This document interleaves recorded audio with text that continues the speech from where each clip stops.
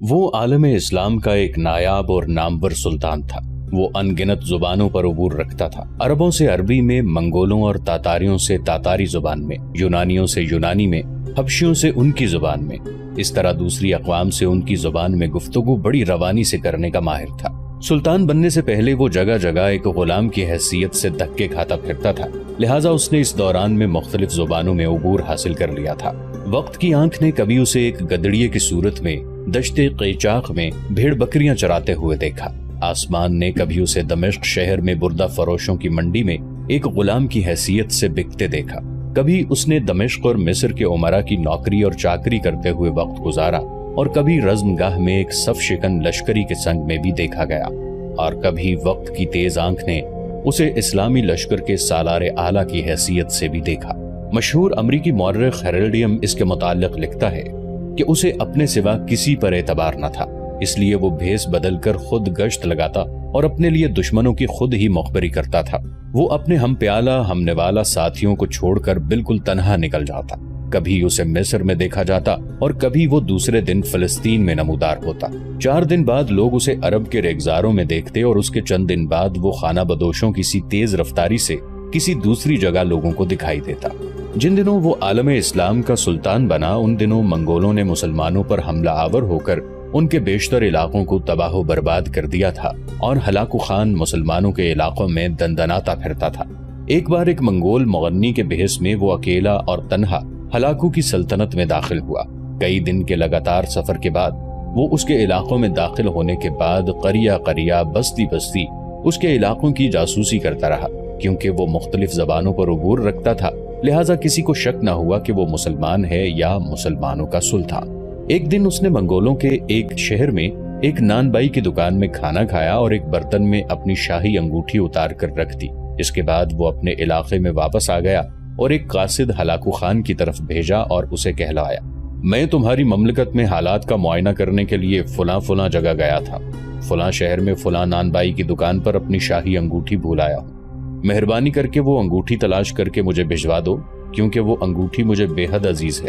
Hulagu Khan مسلمانوں کے سلطان کی اس جرت اور جسارت پر ششدر رہ گیا، اور وہ اس کی دلیری سے ایسا مرعوب ہوا کہ اس کی انگوٹھی تلاش کر کے اس کی طرف بھجوا دی۔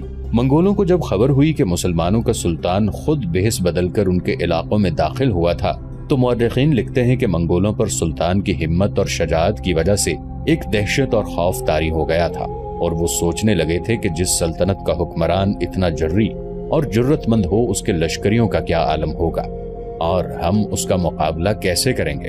ان دنوں کیونکہ بحرہ روم کے ساتھ ساتھ مغرب کے صلیبیوں نے اپنے بڑے بڑے اڈے بنا لیے تھے، جہاں سے نکل کر وہ مسلمانوں کے خلاف صلیبی جنگ کی ابتدا کرتے تھے۔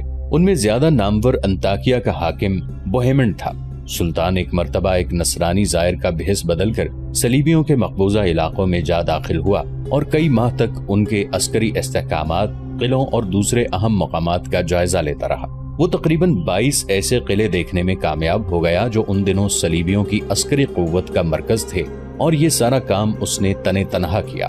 اس کے بعد اس نے ایک عجیب ستم ظریفی کی۔ اس نے ایک قاصد اور ایلچی کا بھیس بدلا اور جنگل میں ایک ہرن کا شکار کر کے وہ ہرن لے کر انطاکیہ کے بادشاہ بوہیمنڈ کے دربار میں جا داخل ہوا، اور اسے وہ شکار پیش کرنے کے بعد کہنے لگا، عالیجا، مجھے مصر کے سلطان الملک الظاہر نے بھیجا ہے۔ پتہ چلا ہے آپ کیونکہ شکار کا بہت شوق رکھتے ہیں، ان دنوں شکار کے قابل نہیں ہیں، لہٰذا انہوں نے یہ تازہ شکار بطور ہدیہ بھیجا ہے، اسے قبول فرمائیے، میرے آقا آپ کے شکر گزار ہوں گے۔ کہتے ہیں سلطان جب یہ گفتگو کرنے اور شکار انطاکیہ کے بادشاہ کے حوالے کرنے کے بعد وہاں سے نکل گیا، تو چند دن بعد انطاکیہ کے بادشاہ پر کسی نے انکشاف کیا کہ جو شخص تمہارے پاس ہرن کا شکار لے کر آیا تھا وہ تو خود مسلمانوں کا سلطان تھا۔ اس انکشاف پر نصرانیوں کے بادشاہ بوہیمنڈ پر خوف اور لرزہ طاری ہو گیا تھا۔ ایسے ناقابل یقین مارکے سر انجام دینے والا مصر کا سلطان رکن الدین بیبرس تھا۔ سلطان بیبرس کا قد طویل تھا، اس کے اعضاء نہایت قوی اور متناسب تھے، انتہائی درجے کا خوبرو اور خوش وضع تھا، چہرے سے روب اور وقار ٹپکتا تھا، رنگ سرخ اور سفید تھا، بال سرخ اور آنکھیں نیلی تھیں۔ بعض مورخ یہ بھی کہتے ہیں کہ بچپن میں جب وہ غلام تھا تو اس کی ایک آنکھ خراب ہو گئی تھی، تاہم اس نقص نے سلطان کی خوبصورتی، اس کی خوشروئی اور وجاہت پر کوئی اثر نہ ڈالا تھا۔ سلطان بیبرس سن 1223 میں وسط ایشیا میں پیدا ہوا۔ اس کی ولادت سے کئی سال پہلے بلخ، بخارا اور سمرقند وغیرہ کے مسلمان تاجروں کی تبلیغی کوششوں کے بدولت وسط ایشیا میں اسلام پھیل چکا تھا۔ بیبرس ایک مسلمان گھرانے میں پیدا ہوا اور اس کا نام محمود رکھا گیا تھا۔ اس کا باپ خوارزم شاہی سلطنت میں ایک معزز عہدے پر فائز تھا۔ بدقسمتی سے حکمران وقت اس سے کسی بات پر ناراض ہو گیا اور اسے پابند سلاسل کر دیا۔ اس طرح یہ خوشحال خاندان گردش زمانہ کا شکار ہو گیا۔ جب منگولوں نے مسلمانوں کے علاقوں پر حملہ آور ہونا شروع کیا تو انہوں نے جوانوں، بچوں اور عورتوں کو غلام بنا کر فروخت کرنا شروع کر دیا۔ غلامی کے لیے پکڑے جانے والے ان بچوں میں سلطان بیبرس بھی شامل تھا۔ سلطان کو بھی دمشق کی بردہ فروشوں کی منڈی میں لایا گیا۔ پہلی بار جس شخص نے اس کا سودا لگایا اس کے لیے اس نے 100 درہم پیش کیے، لیکن جب اس نے دیکھا کہ بچے کی نیلی آنکھوں میں سقم ہے تب اس نے وہ سودا منسوخ کر دیا اور سلطان کو خریدنے سے انکار کر دیا۔ سلطان، جس کا نام بچپن میں محمود تھا، آخر جگہ جگہ دھکے کھاتا پھر رہا، یہاں تک کہ ایک مصری امیر نے اسے خرید لیا۔ خریدنے والے امیر کا نام علی ابن الورفا تھا۔ یہ علی ابن الورفا ایک دوسرے مصری امیر کا مقروض تھا۔ اس نے اس قرض کے عوض محمود کو اپنے قرض خواہ کے حوالے کر دیا۔ دوسرا امیر جس نے محمود کو خریدا تھا، اس کی بیوی نے اپنے چھوٹے بچے کی دیکھ بھال محمود کے سپرد کر دی۔ بدقسمتی سے ایک دن محمود سے کوئی لغزش ہو گئی، اس پر اس کی مالکہ نے اسے مار مار کر ادموا کر دیا اور بری طرح سے اسے پیٹا۔ اس موقع پر اس امیر کی بہن بھی وہاں موجود تھی جس کا نام فاطمہ تھا۔ اس نے جب محمود کو پٹتے ہوئے دیکھا تو اس کو اس لاوارث اور غلام بچے پر بڑا رحم آیا۔ اس نے انتہائی سختی سے اپنی بھاوج کو کہا کہ اگر تم اس غلام کے کام سے خوش نہیں ہو تو اس کو میرے سپرد کر دو۔ وہ عورت رضامند ہو گئی اور فاطمہ محمود کو اپنے ساتھ دمشق لے گئی جہاں اس کا اپنا گھر تھا۔ فاطمہ کا اپنا ایک بڑا بیٹا تھا جو فوت ہو گیا تھا اور حسن اتفاق سے اس مرنے والے کی شکل محمود سے ملتی جلتی تھی۔ اس بنا پر فاطمہ نے اسے اپنے بیٹے کی حیثیت سے اپنے پاس رکھ لیا اور وہ محمود کی بجائے اسے بیبرس کہہ کر پکارنے لگی۔ یہ فاطمہ بیبرس کے ساتھ مادرانہ شفقت کے ساتھ پیش آتی، اس کا بڑا خیال رکھتی۔ جس طرح اپنے بیٹے کی خدمت کیا کرتی تھی اسی طرح اس کی بھی خوب خدمت کی۔ فاطمہ نام کی اس عورت کا ایک بھائی تھا جو مصر کے سلطان الملک الصالح نجم الدین ایوب کے دربار میں ایک معزز عہدے پر فائز تھا۔ ایک بار وہ اپنی بہن سے ملنے کے لیے دمشق آیا تو وہاں اس نے بیبرس کو دیکھا، اس کے حالات سنے۔ لڑکے کے اطوار، اس کی عادات اسے اس قدر پسند آئیں کہ اس نے گزارش کرنے کے انداز میں فاطمہ سے بیبرس کو مانگ لیا۔ فاطمہ نے بیبرس کو اپنے بھائی کے حوالے کر دیا اور اس کا بھائی بیبرس کو دمشق سے قاہرہ لے گیا اور وہاں اس نے بیبرس کو مصر کے سلطان الملک الصالح کی نظر کر دیا۔ سلطان الملک الصالح نے بیبرس کے علاوہ اور بہت سے بلکہ بے شمار لاوارث لڑکوں کو خرید رکھا تھا اور ان کی تعلیم اور تربیت کے لیے اس نے خاص انتظامات کیے ہوئے تھے۔ بیبرس نے بھی الملک الصالح کی سرپرستی میں کتابی علوم اور حربی فنون میں اعلیٰ درجے کی مہارت حاصل کی۔ اس کے بعد وہ حسب دستور مصری لشکر میں بھرتی ہو گیا۔